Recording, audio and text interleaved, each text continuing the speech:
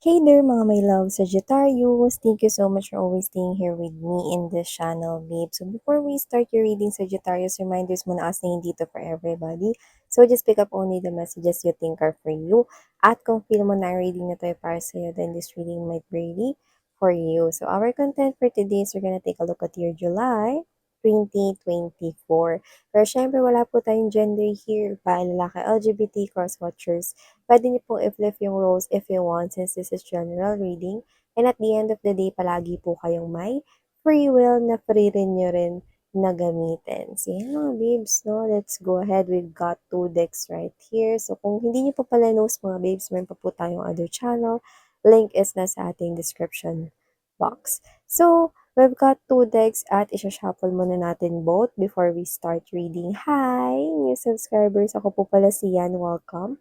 At sa mga returning viewers, thank you po sa inyong walang sawang suporta. So let's go ahead and shuffle these 2 decks. This is for Sagittarius, July 2024. Thank you so much, Archangel Michael, together with the angels and spirit guides. Messages for Sagittarius, please, for the month of July 2024. Messages for Sagittarius, July 2024.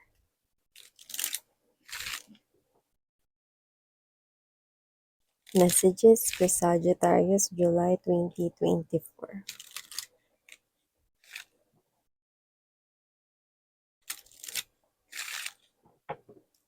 Okay, so i-shuffle na rin natin itong isa pang deck dito na before we start. At ilay natin ang energy sa ating table. Tell me more for my Sagittarius people, July 2024. This is for Sagittarian people, Sagittarius, July 2024, Sagittarius.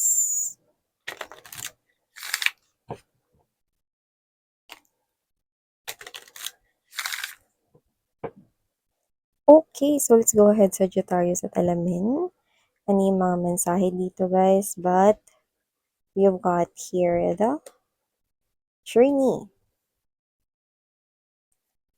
We also have here the distant horizon. Looks like paakyat yung buhay mo ngayon mga babes na dahil may mga pagbabago dito, no, na posibleng talagang positibo for you guys. And we have here the gift. And I think it's a gift of life here for you guys. I'm seeing na nag-end ang iyo ritong despair.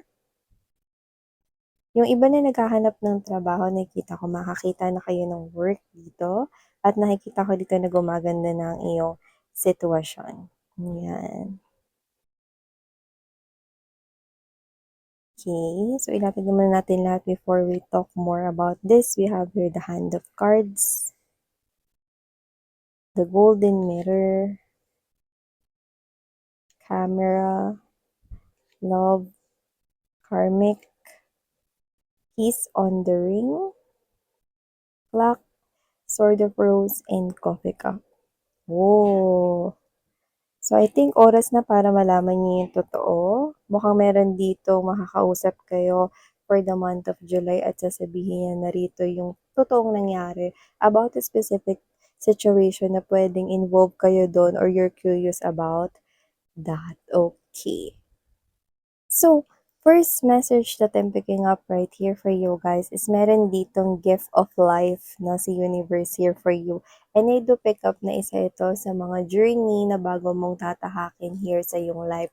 It might not be offered this July 2024, but I'm seeing that it might be ma-offer sa'yo this year 2024. And this changes, isa lang yan sa mga pagbabago na yan. Marami pang mga pagbabago rito ang mangyayari sa buhay mo kung saan paangat no, with the distant horizons no, ang iyong life, no? So, you are meant to take this pathway towards success and abundance right here, no? So, nakita ko dito that if you're working in a company right here, I think na magsa-struggle yung company dito, no? But not necessarily mean na matatanggal ka or aalisin ka or mapapasara yung kumpanya. Hindi ganun, no? It looks like meron ditong klase ng energy na posibleng may manloko sa iyong boss rito 'no, business partnership 'yun or whatever 'no, pero 'yun ay isang pagsubok lang. Wala akong nakikitang magsasara yung kumpanya dito or magsasara yung negosyo rito 'no, kahit na meron ditong magtatangkang sirain 'no, ang reputation ng company na 'yan. Ano man yang company na 'yan 'no, it could be anything, okay, or any type of business or structure, thank you. Um 'Yan. So, sabihin ko sana, "Excuse me kasi uubo ako," pero thank you nasabi ko. So, whatever the case may be, yun nga mga babes 'no, so 'yan. So, going back here, nakikita ko dito na yung reputation ng inyong company is pa din. Although may mga tao rito na parang maiisip nila na aalis na sila 'no or baka mag-isip sila ng lilipat sila ng work. So, hindi, ka lang, okey? Kasi nakikita ko dito 'no, na 'yan na rin yung parang magandang ano kumbaga blessing in disguise 'no. Parang you are being led to this kasi nakikita ko rito 'no, na diyan mo mapapamalas ang iyong loyalty sa company at maaaring ibigay nila sa'yo rito 'no, yung katumbas 'no, ng pagtitiwalang binibigay mo sa kumpanya. So, posibleng maka-receive ka ng something na recognition or maki-credit dito yung iyong pagpapakita ng loyalty sa company. Pero siyempre, eh, alam pa rin naman ng mga management or ng boss mo yung, kalidad ng work mo. So, siyempre dahil din yun doon. So, nakikita ko dito mga bills sa iba, siguro promotion yun, Sagittarius. Sa iba, posibleng ma-recognize kayo rito, no? For being with the company, no? Even nagsa-struggle ito. Yan. Nakikita ko dito na aside from the energies na nakikita mo palagi, may energy rito na kumukonek sa'yo, Capricorn. And this person here is ang layo ng iniisip niya. Tinatanaw-tanaw ka nito 'no, pero may history kayong dalawa. So, I think this is your ex right here 'no, na malayong-malayo na talaga yung tingin niya sa'yo. Like literally, parang hindi ka niya na rito makagilap. Pero bakit nga ba naiisip ka niya ngayon or maisip ka niya ngayong, starting July? It is because meron siyang pinagdadaanan ngayong problema sa work. Posibleng wala siyang trabaho at baka siya yung natanggal 'no, kasi parang ang dami niya ritong ang dami niya ritong parang gap sa work or puwedeng pala absent rin siya. Yung iba siguro sa kanila posibleng dinadala yung problema sa bahay, sa trabaho. 'Yan, so naapektuhan rin yung work quality nila. At of course, posibleng dahil may bisyo rin siya, kaya siya rito parang natanggal or, um, maaaring yung iba hindi natanggal pero baka malapit na. Posibleng ma-suspend or na-suspend sa work, 'yan 'no, about work ito 'no. So parang di ko alam kung yung mind niya ba is parang child, parang teenager 'no, kasi parang feeling ko mature naman siya sa age pero yung galawan niya parang teenager. So kung siya man ay madalas uminom 'no, ta's hindi nagigising ng maaga, panay late, siyempre may count rin yun sa kumpanya lalo kung nagtatrabaho ka 'no. So, gano'n yung nangyayari sa kanya rito, nagsa-struggle siya rito up until posibleng tinanggal siya sa work or wala siyang work, nahihirapan siya maghanap ng work. 'Yan 'no. Tsaka ewan ko ba bakit parang nakukuha ko rito na parang gusto niya 'pag nagtrabaho siya rito boss siya agad. So baka isa siyang klase ng energy na tamad 'no. Tamad ka pero gusto mo agad maging boss 'no, parang gano'n yung energy niya. Kung sino man 'yan, ex mo na 'yan or may history kayo 'no. Sa tingin ko ang dahilan kung ba't kayo naghiwalay ay dahil tamad siya at palaasa siya sa inyo 'no. Posibleng yung tamad niya is umabot na rin sa punto na ikaw na yung nagluto, ikaw pa yung naghugas ng pinagkainan ninyo, 'yan. So may nakita tayong gano'n. So maliban diyan 'no, na iniisip kayo 'no, bale siguro ang tanong ninyo, "Miss yan, kokontakin ba ako niyan 'no?" Hindi mga babes 'no, pero mas madalas na kayong iisipin starting this July. Okay, kasi I think kayo yung nakakaintindi sa kanya rito 'no, noon-noon at noon-noon pa man. So nakikita ko rito na itong person na 'to is hindi niya nakakalimutan rito na ikaw yung nakakaintindi sa kanya. Pero akalain mo yun, may hiya pa pala siya sa'yo rito kaya hindi siya rito kokontak kahit may pinagdadaanan siya, 'yan. So, yun yung nakikita ko rito. Maliban diyan, Sagittarius, nakita rin ako rito na muli kang susugal sa love or may ready rito na sumugal sa love because of you. Malaki yung takot niya kasi ilang beses na rin siya nasaktan sa love. Pero dahil ikaw naman din yung tao na yan, no, susubukan niya ulit na magmahal. So nakita ko rito na tinulungan mo tong tao na to na mahalin yung sarili niya, siguro naayos niya yung buhay niya rito because of you, or baka ikaw to na marami ka nabigay ng mga meaningful advices na ginawa niya, no, at talagang nagkaroon ng magandang epekto sa buhay niya. So, nakita ko rito mga babes, no, na siya ito na gusto niya rito na ligawan ka, sabihin at i-confess ang kanyang emotions and feelings at sana bigyan mo rin daw siya ng chance rito no, na ipakita sa'yo yung true self niya rito at yung true heart niya for you. So, nakatanong ako rito, no, ito nakakaloka.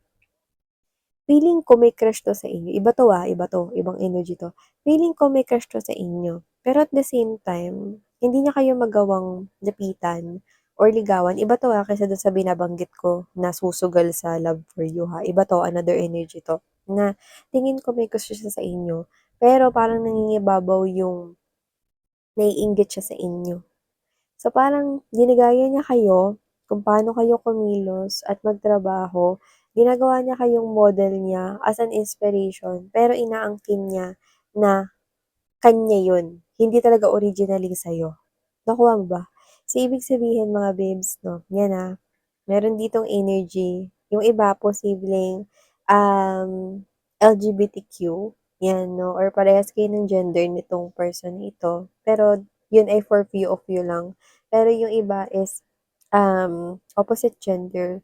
And, ang nakikita ko rito, may gusto siya sa inyo, may LGBT man or straight, nakikita ko na may gusto siya sa inyo, pero at the same time, may inggit.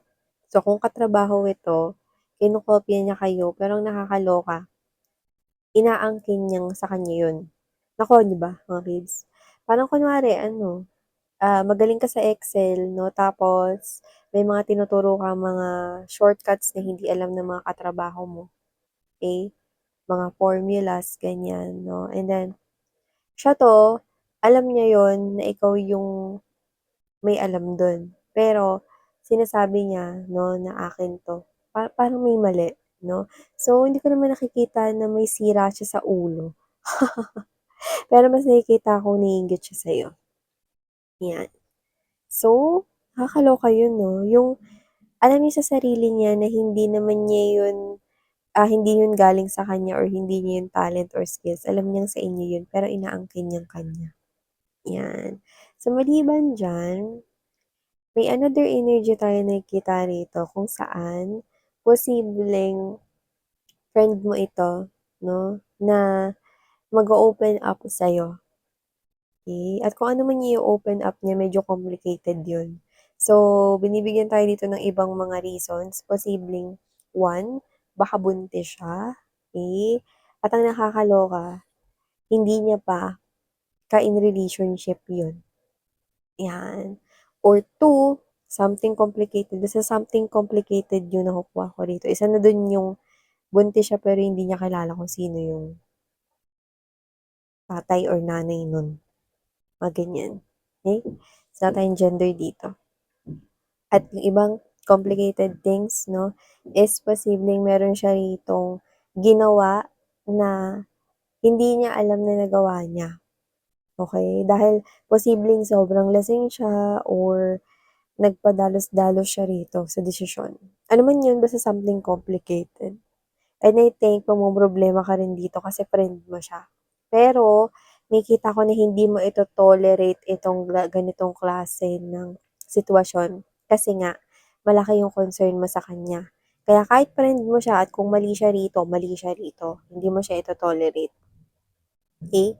So, bibigyan mo siya ng advice kung saan alam mong yun yung tama. Okay? Sundin niya man yun o hindi, yung totoong advice lang talaga yung ibibigay mo sa kanya. Dahil, hindi naman na rin siya iba sa inyo. Okay? So, nakikita ko rito na hindi mo siya rito pagtatakpan. At nakikita ko rito na hindi mo ito tolerate ang bagay na to kahit close pa kayo. Doon ka lagi sa tama. Yan. So, yung nakikita ko rito. Mag-ingat kasi may nakikita ko rito na posibleng makilala ninyo online. Isa yung player. Player, 'no, mahilig makipag-usap sa maraming mga babae at lalaki 'no, pero walang balak na magseryoso, 'yan. So, ano naman masasabi mo diyan, Miss Yen, wala ka ba nakikitang love life diyan para sa'min ng partner ko kung meron man akong ka-in relationship? Meron, nakikita ko dito mga babes 'no, na meron ditong sasabihin yung boyfriend, girlfriend mo or yung asawa mo na magiging sobrang happy ka at posibleng sabihin niya 'to habang kumakain kayo or habang umiinom kayo ng kape, nag-aalmusal, nananghalian, whatever. Basta gano'n, nagmemeryenda 'no, at maaaring sabihin niya 'yan habang may ginagawa ka. Posibleng nanonood ka habang kumakain kayo, nagmemeryenda, ganyan, or posibleng nagla-laptop ka, nagtatrabaho 'no, habang kumakain kayo, basta gano'n. Okey? At 'pag narinig mo yun, sasabihin mo na, "Ano, ano ulit yun?" Kasi nga ang ganda nung narinig mo, parang gusto mong ulitin yun kasi parang ang sarap sa pakiramdam na narinig mo yun. So, kung ano man yung bagay na yun, tingin ko yun ay something here na inaasam-asam mo ng matagal, 'yan. Kung ano man 'yan, okey? Ano yun, pakiulit 'no, yung parang hininto mo lahat, pati yung pagkain mo, pati yung panonood mo ng series sa cellphone mo or kung may ginagawa ka sa laptop mo, nakita ko ihihinto mo 'yan kasi magiging excited ka to listen. "Ano yung sinabi mo babe? Ano, pakiulit nga." Ganyan.